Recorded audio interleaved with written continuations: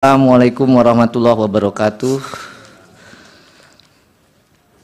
Yang mulia Hakim Konstitusi,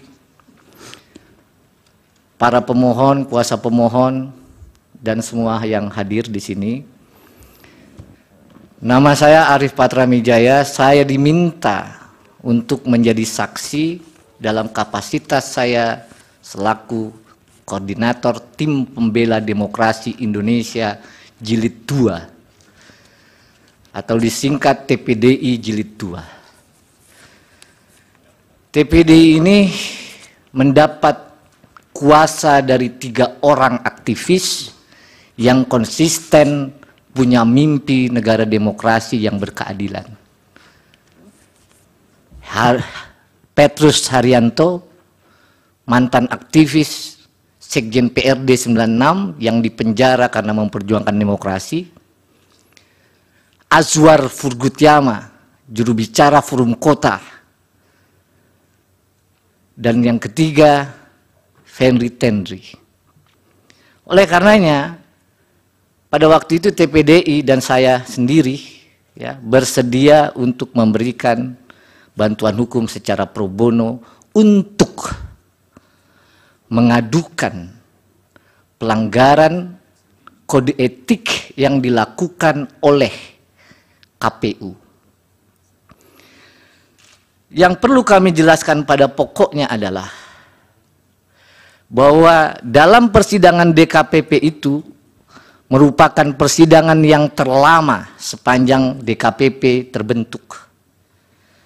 Kami mendaftarkan bulan November, dibuka persidangan 4 kali, baru diputus Februari 2024. Padahal kita tahu biasanya DKPP tidak lebih dari 2 minggu.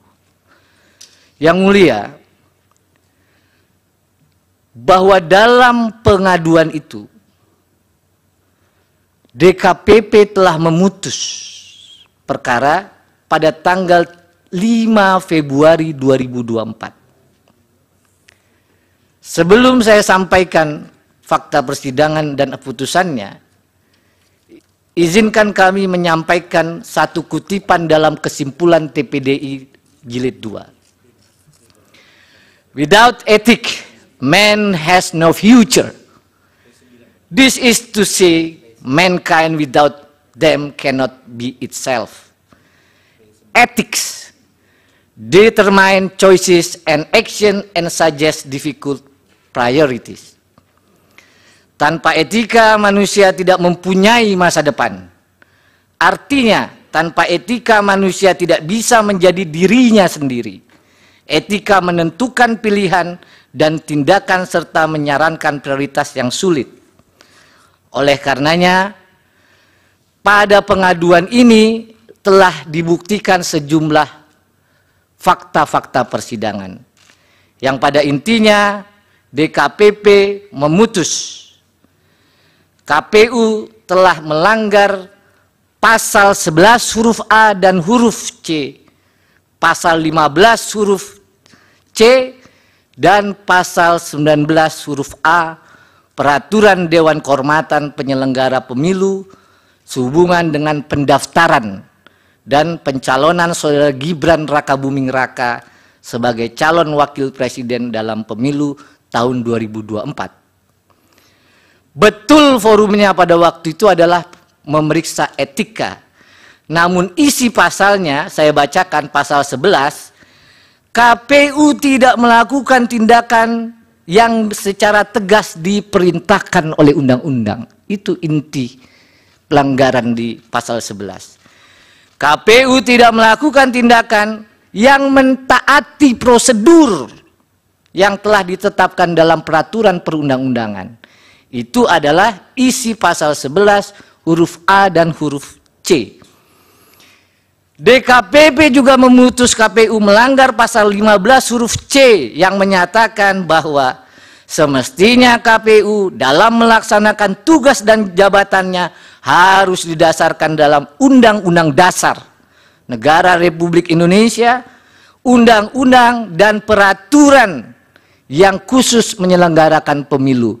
Inilah yang dilanggar oleh KPU. Lalu yang terakhir pasal 19 huruf A yang menyatakan semestinya KPU menjunjung tinggi Pancasila, Undang-Undang Dasar Negara Republik Indonesia, dan peraturan perundang-undangan.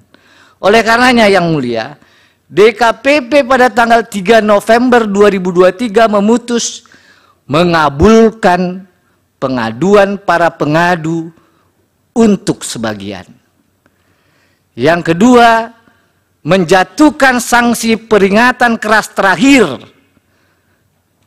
ketiga maksudnya. Dalam perkara 135, 136, 137, 141 kepada saudara Hasyim Asyari selaku teradu 1 pada waktu itu. Yang ketiga, menjatuhkan sanksi peringatan keras kepada semua anggota KPU.